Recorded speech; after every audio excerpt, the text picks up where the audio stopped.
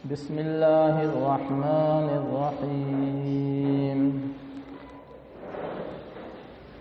ظهر الفساد في البر والبحر بما كسبت أيدي الناس ليذيقهم بعد الذي عملوا لعلهم يرجعون.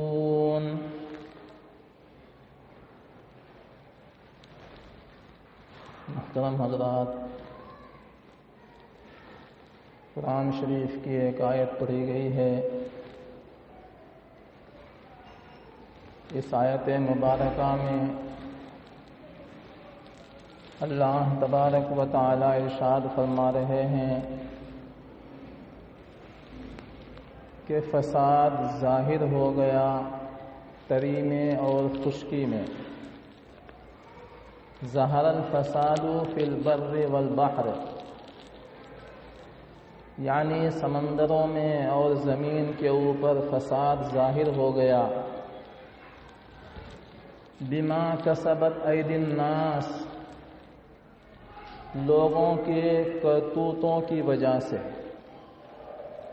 لیذیقہم بعض الذی عملوا،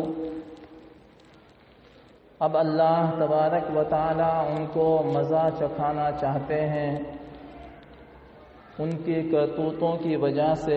لعلہم یرجعون، اور اسی کی طرف ہم سب کو لوٹ کر کے جانا ہے. دنیا کے اندر بہت سے ملکوں کے صدر بنتے ہیں، سیکریٹری بنتے ہیں،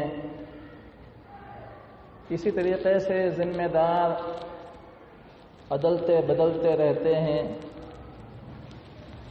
صحابہ کرام کے دور کے اندر بھی ذمہ دار بنے اور پھر جب ان کی میعاد پوری ہو گئی تو ان کی جگہ دوسروں نے لی. لیکن جب وہ ذمہ دار بنتے تھے اور کرسی سنبھالتے تھے، صدارت کے اوپر بیٹھتے تھے، تو وہ حضرات اپنی رعایا کو کیا نصیحتیں کرتے تھے، اور آج کل کے حضرات ذمہ داران کیا نصیحتیں کرتے ہیں. یہ فرق میں آپ حضرات کے سامنے آج بتانے کی کوشش کروں گا. آپ کو معلوم ہے حضرت علی رضی اللہ تعالی عنہ یہ چوتھے خلیفہ ہیں. ان سے پہلے 3 خلفائے راشدین گزرے. حضور پاک صلی اللہ علیہ وسلم کی وفات کے بعد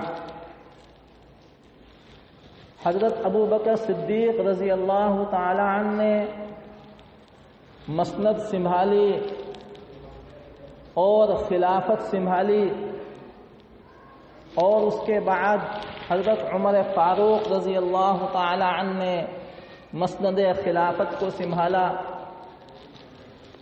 پھر تیسرے خلیفہ بنے حضرت عثمان غنی رضی اللہ تعالی عنہ، اور ان کے بعد پھر حضرت علی رضی اللہ تعالی عنہ جو داماد رسول ہیں، حضرت امام حسن امام حسین کے والد محترم ہیں، حضرت فاطمہ الزہرا رضی اللہ تعالی عنہا کے شوہر نامدار ہیں. وہ خلیفہ بنے. جب وہ خلیفہ بنے، مسند خلافت پر آئے، تو انہوں نے اپنی رعایا کو اور پبلک کو 5 باتوں کی تلقین کی. وہ تلقین ایسی نہیں کیا کرتے تھے جیسے آج کل کے صدر کرتے ہیں یا آج کل کے ذمہ دار کرتے ہیں. ان کی نظر صرف دنیاوی معاملات کے اوپر ہوتی ہے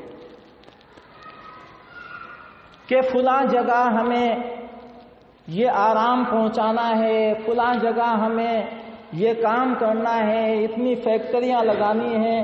یعنی ان کی نظر جو ہے صرف مادیات کے اوپر ہوتی ہے،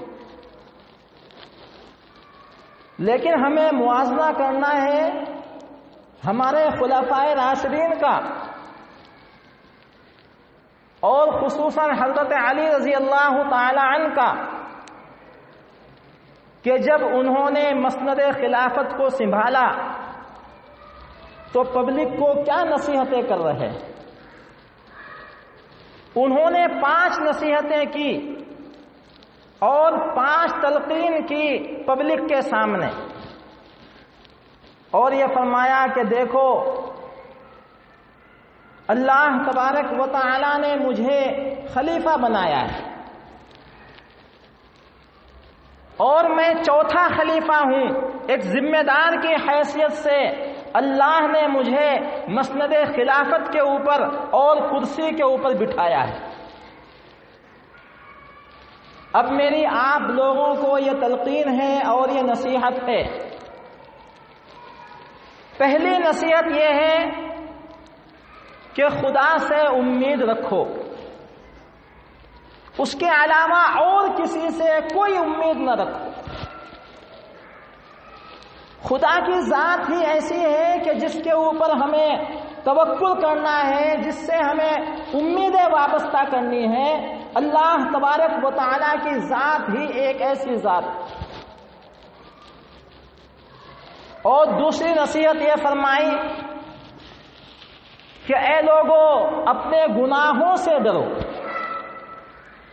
انسان مصیبتوں سے ڈرتا ہے، انسان پریشانیوں سے ڈرتا ہے، تکالیف سے ڈرتا ہے، بھوک پیاس کا معاملہ آ جائے تو اس سے انسان خوف کھاتا ہے،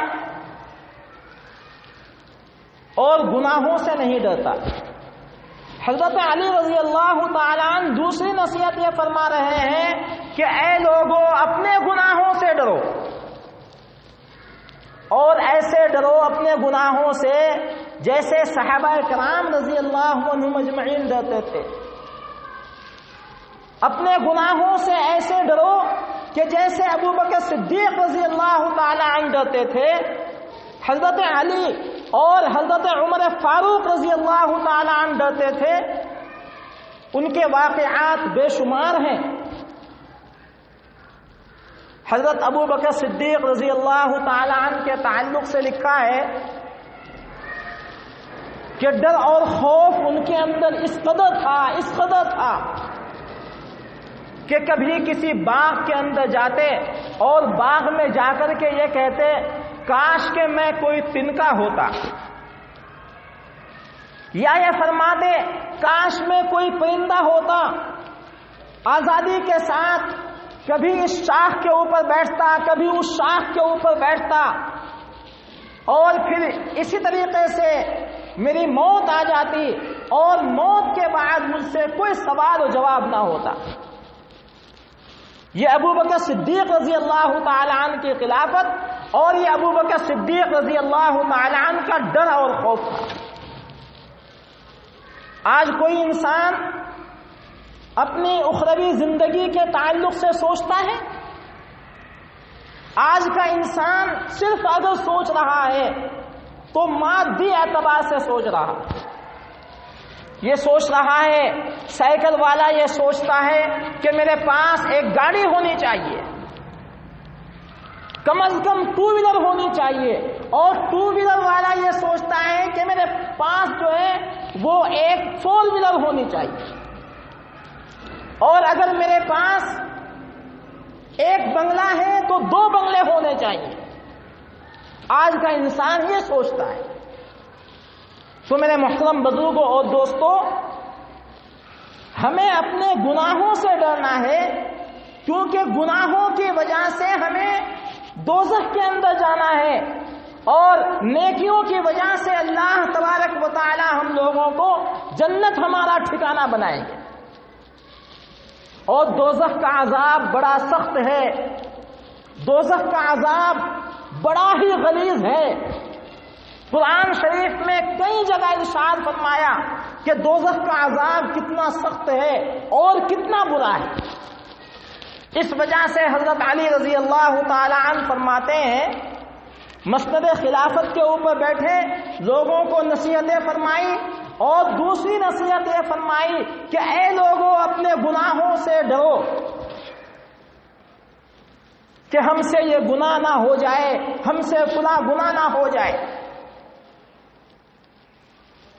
تو حضرت علی کرم اللہ وجہہ کی یہ نصیحت اور یہ تلقین ہمیں بھی یاد رکھنی چاہیے۔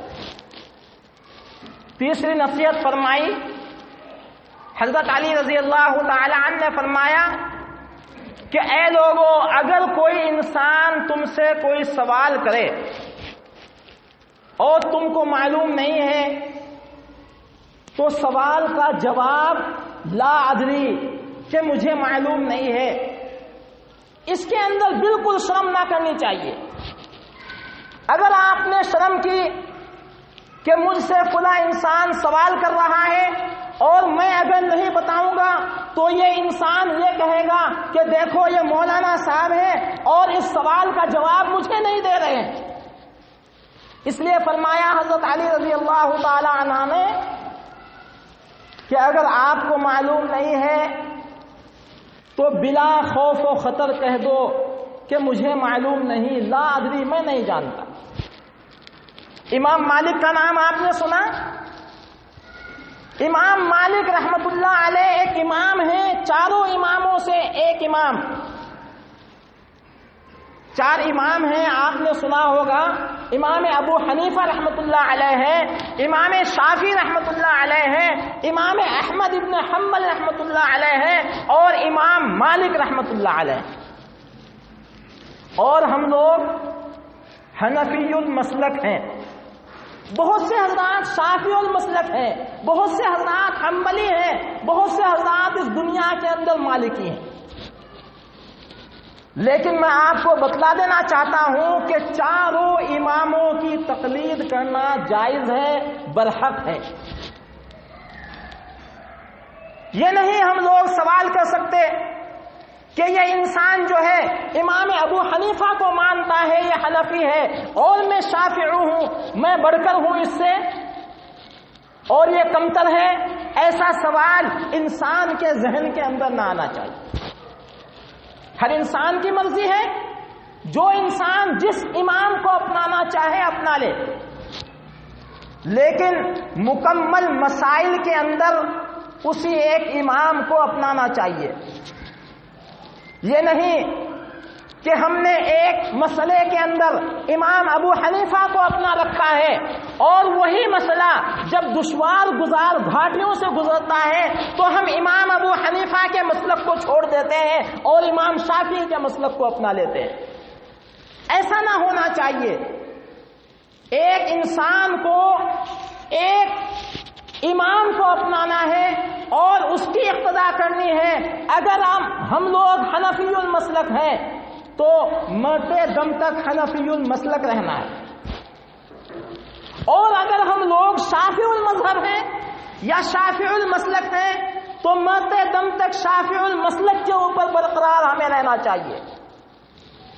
اور اگر ہم لوگ امام مالک کو مانتے ہیں تو مالکی مرتے دم تک رہنا چاہیے۔ امام احمد ابن حنبل کو مان رہے ہیں تو حنبلی ہمارا مسلک جو ہے مرتے دم تک رہنا چاہیے۔ تو میں عرض کر رہا تھا، امام مالک رحمت اللہ علیہ اتنے بڑے امام، ایک انسان ان کے پاس آیا اور اس وقت سفر کی اتنی سہولیات نہیں تھی کہ پلینوں سے چل کر کے آ گیا ہو یا ٹرین میں سفر کر کے آ گیا ہو۔ 6 مہینے کی مسافت کر کے آیا۔ 6 مہینے کی مسافت کوئی کم مسافت نہیں ہوتی ہے، اور 6 مہینے کی مسافت کے بعد امام مالک رحمت اللہ علیہ سے سوال کیا۔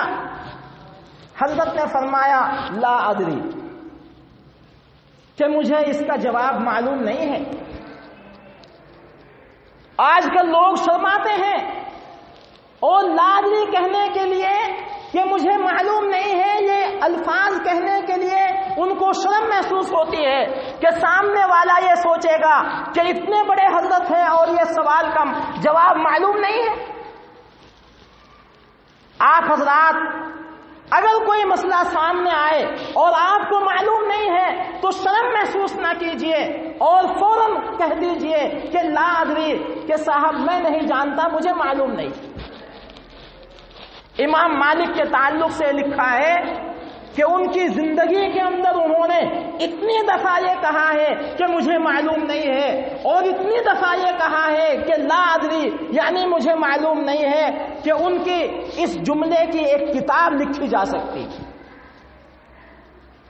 اور ہم لوگ شرم کرتے ہیں، ہم لوگ جو ہیں اگر ہمارے ذہنوں کے اندر کوئی الٹا سیدھا جواب آ جائے تو فوراً اس کا جواب دے دیتے ہیں، چاہے وہ صحیح ہو چاہے وہ غلط ہو۔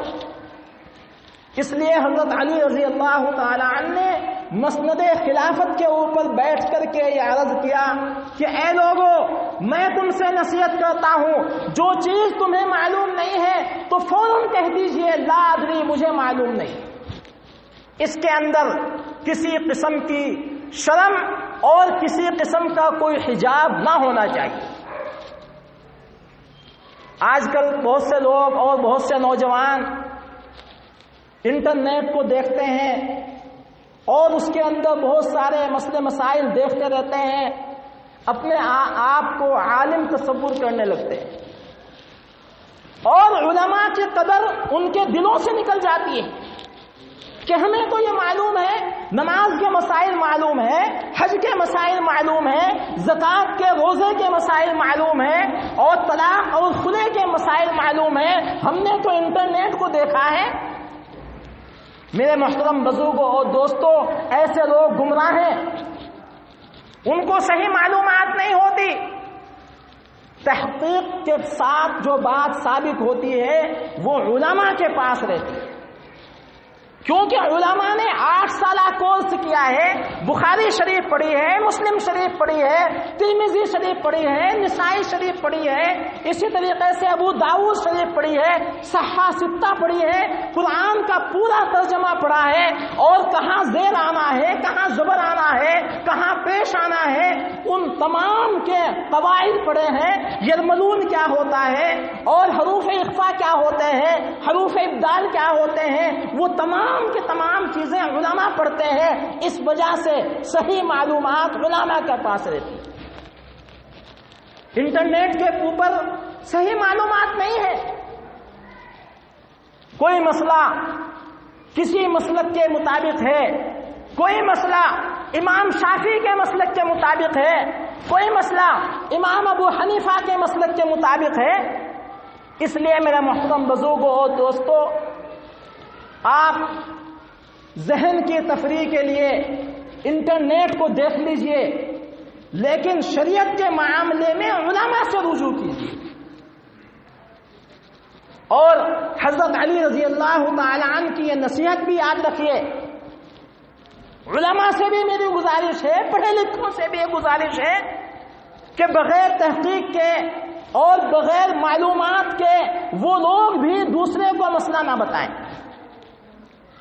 اور چوتھی چیز، حضرت علی رضی اللہ تعالی عنہ نے فرمایا کہ اگر کوئی چیز تمہیں معلوم نہیں ہے تو سوال کرنے میں شرم محسوس نہ کرو۔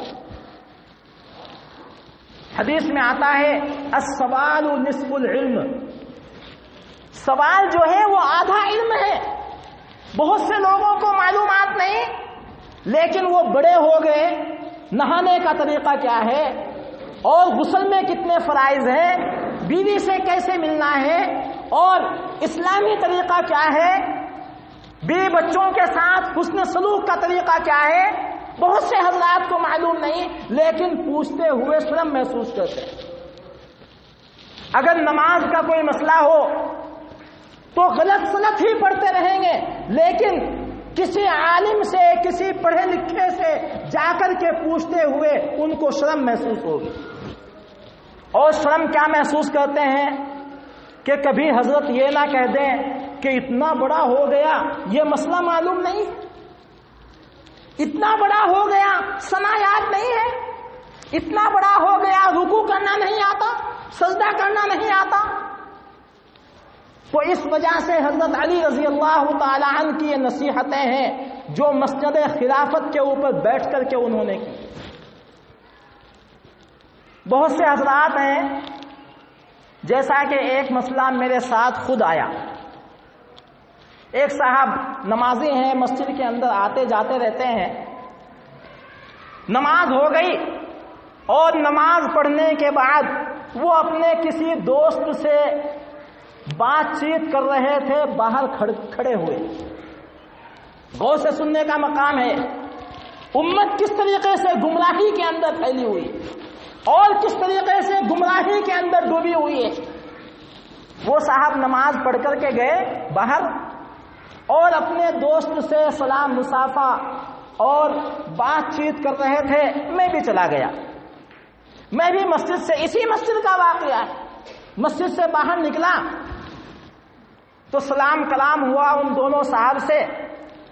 میں نے ان کے دوست سے کہا کہ بھائی یہ تو ہماری مسجد کے کھنٹے ہیں۔ غور سے سننا کہ یہ تو ہماری مسجد کے کھنٹے ہیں۔ میں نے حدیث کی روشنی میں ان کو بتایا، کیونکہ حدیث پاک کے اندر آتا ہے کہ جو انسان اکثر و بیشتر مسجد میں آتا رہتا ہے وہ مسجد کا کھنٹا ہے۔ کھنٹا کس کو کہتے ہیں وہ بھی آپ کو شاید معلوم نہ ہو۔ کھنٹا کہتے ہیں اس آلے کو کہ جس کے اندر جانور کو باندھا جاتا ہے اور جس کے اندر ہم لوگ پنڈال وغیرہ کی رسی کستے ہیں، زمین کے اندر اس کو گاڑ دیا جاتا ہے جانور کو رسی میں باندھ کر کے، اور اس رسی کو اس کھنٹے کے اندر باندھ دی جاتی ہے۔ تو میں نے ان سے کہا، ان کے دوست سے، کہ بھائی یہ صاحب تو مسجد کے کھنٹے ہیں۔ اب جناب ان کو غصہ آ گیا، وہ سمجھے کہ حضرت نے میرے دوست کے سامنے میری توہین کر دی اور وہ لال پیلے ہونے لگے، غصے میں آ کر کے مجھے کہنے لگے کہ حضرت آپ بھی تو یہاں پر 35 سال سے جمے ہوئے ہیں، 30 سال سے جمے ہوئے ہیں۔ غصے میں انہوں نے سمجھا نہیں اور اس طریقے سے میرے اوپر جو ہے انہوں نے غصے کا اظہار کیا، لیکن زیادہ نہیں، میں نہیں سمجھا۔ اس کے بعد وہ چلے گئے اور جانے کے بعد میرے پاس ان کا فون آیا اور فون پر انہوں نے السلام علیکم حضرت، یہ کہنے لگے کہ حضرت آج کے بعد مجھ سے آپ سلام نہ کریں۔ آج کے بعد، غور سے سنو، آج کے بعد آپ مجھ سے سلام نہ کریں، میرے ساتھ بات چیت نہ کریں۔ آپ نے مجھے کھنٹا کہا ہے اور آپ نے میرے دوست کے سامنے میری توہین کی ہے۔ میں نے ان کو سمجھایا، میں نام نہیں لوں گا، اگر وہ مجلس میں ہوں تو خود سمجھ جائیں، لیکن فون کے اوپر میں نے ان کو سمجھایا کہ بھائی کھنٹا کس کو کہتے ہیں مسجد کا آپ کو معلوم ہے؟ آپ کو معلوم ہونا چاہیے، اور اگر معلوم نہیں تو کسی عالم سے پوچھ لیجئے اور کسی پڑھے لکھے سے پوچھ لیجئے کہ مسجد کا کھنٹا کس کو کہا جاتا ہے۔ تو انہوں نے غصے میں فون رکھ دیا۔ تھوڑی دیر کے بعد پھر ان کا فون آیا اور میں نے وہ فون نہیں اٹھایا۔ پھر اور ایک دفعہ فون آیا، پھر بھی میں نے نہیں اٹھایا۔ اب عشاء کے وقت اذان سے پہلے وہ مسجد میں آئے اور مسجد میں آ کر کے مؤذن صاحب سے ملے اور کہنے لگے امام صاحب کہاں ہیں؟ انہوں نے کہا کہ کیوں، کیا بات ہے؟ کہ نہیں، مجھ سے ایک غلطی ہو گئی اور میں ان سے معافی طلب کرنے کے لیے حاضر ہوا۔ تھوڑی دیر کے بعد میں بھی آ گیا، یہ میرے ساتھ واقعہ ہوا ہے۔ تھوڑی دیر کے بعد میں بھی آ گیا اور آنے کے بعد وہ شرمسار کہنے لگے حضرت آپ نے صحیح کہا، لیکن میں سمجھ نہیں پایا، میں آپ کے اوپر غصہ کرنے لگا آپ سے معلوم نہیں میں نے فون کے اوپر کیا کیا کہہ دیا. میں نے تحقیق کی ہے اور میں نے مفتی صاحب کو فون کیا. انہوں نے کہا کہ ہاں اکثر و بیشتر مسجد کے اندر آنے والے کو مسجد کا کھنٹا کہا جاتا ہے. تو پھر وہ سمجھے. میں نے کہا کہ بھائی ہمیں کیا ضرورت ہے آپ کو بیکار باتیں کہنے کی اور فضول باتیں کہنے کی. میں نے جو کہا ہے حدیث کی روشنی میں کہا ہے. آپ بارہا نماز کے لیے آتے رہتے ہیں, مسجد میں آ کر کے نماز پڑھتے رہتے ہیں. جناب نبی پاک صلی اللہ علیہ وسلم نے ارشاد فرمایا ہے کہ جو انسان مسجد میں بار بار آتا رہتا ہے اور نمازوں کا خیال مسجد میں آ کر کے ادا کرتا رہتا ہے, نمازوں کا خیال رکھتا ہے مسجد میں آ کر کے, تو ایسے لوگ مسجد کے کھنٹے. اب وہ بیچارے شرمسار, اور شرمسار کے بعد معافی مانگے اور میں نے ان کو معاف کر دیا. میں نے تو ان سے پہلے ہی ان کو معاف کر دیا. لیکن ہم لوگ جہالت کے اندر ایسی باتیں کہہ دیتے ہیں, سمجھتے نہیں ہیں, معلومات نہیں کرتے ہیں. اگر وہ پہلے ہی معلومات حاصل کر لیتے, کسی عالم سے پوچھ لیتے یا مجھ سے ہی پوچھ لیتے کہ آپ نے جو مجھے کھنٹا کہا ہے تو اس کا مطلب کیا ہے, کیا اس کا مطلب چور ہے, کیا اس کا مطلب ڈاکو ہے, یا اس کا مطلب جھوٹا ہے, فریب ہے, تو میں ان کو بتا دیتا. لیکن مجھ سے انہوں نے نہیں پوچھا, کسی اور مفتی صاحب کو فون کر کے وہاں سے انہوں نے تحقیق کی اور تحقیق کر کے پھر وہ بیچارے شرمسار. اس لیے حضرت علی رضی اللہ تعالیٰ عنہ کیا فرماتے ہیں کہ اگر کوئی چیز تمہیں معلوم نہیں ہے تو اس سے پوچھنے میں شرم مت کرو. السوال نصف العلم, سوال جو ہے وہ آدھا علم ہے. انسان جو ہے سوال کر کر کے آدھا مولوی بن جاتا ہے, آدھا عالم بن جاتا ہے. پانچویں نصیحت حضرت علی کرم اللہ وجہہ نے لوگوں سے فرمائی کہ اے لوگوں, ایمان کے اندر صبر کا وہ مقام ہے جو مقام جسم کے اندر سر کا ہے. اگر جسم کے اندر سر نہ ہو تو وہ سر بیکار ہے. اگر ایمان کے اندر صبر نہ ہو تو وہ ایمان بھی بیکار ہے. اور صبر کیا چیز ہے؟ صرف مصیبتوں کے اوپر صبر نہیں ہوتا. ایمان لانے کے بعد جو مصیبتیں آتی ہیں ان کے اندر بھی ہمیں صبر کرنا ہے. ایمان لانے کے بعد نماز پڑھنے کے اندر جو دقتیں آتی ہیں, پریشانیاں آتی ہیں, ان کے اوپر بھی ہمیں صبر کرنا ہے. مثلا نماز پڑھنے کے لیے ہم لوگ آتے ہیں تو چل کر کے آنا پڑتا ہے, وضو کرنا پڑتا ہے, ٹھنڈ کا موسم ہے, اسی طریقے سے گرمی کا موسم ہے, مسجد میں آنا پڑتا ہے. تو یہ ساری کی ساری دقتیں ہیں, پریشانیاں ہیں. ان پریشانیوں کے اوپر بھی ہمیں صبر کرنا ہے. تو فرمایا حضرت علی رضی اللہ تعالی عنہ نے کہ ایمان کے اندر صبر کا مقام ایسا ہے جیسے جسم کے اندر سر کا مقام ہوتا ہے. اس لیے ایمان لانے کے بعد ہمارے اوپر بہت ساری مصیبتیں آتی ہیں, قدم قدم کے اوپر تکالیف آتی ہیں, قدم قدم کے اوپر پریشانی آتی ہیں, لیکن ان تمام پریشانیوں کے اندر ہمیں صبر کرنا ہے. یہ 5 تلقین, 5 نصیحتیں حضرت علی کرم اللہ وجہہ نے مسجد خلافت سنبھالنے کے بعد, کرسی پر بیٹھنے کے بعد یہ نصیحتیں امت کے لوگوں کو اور عوام کو بتائی. اللہ تبارک و تعالی ان کے اوپر ہم سب کو عمل کی توفیق عطا فرمائے. آمین. واخر دعوانا ان الحمدللہ رب العالمین. جن حضرات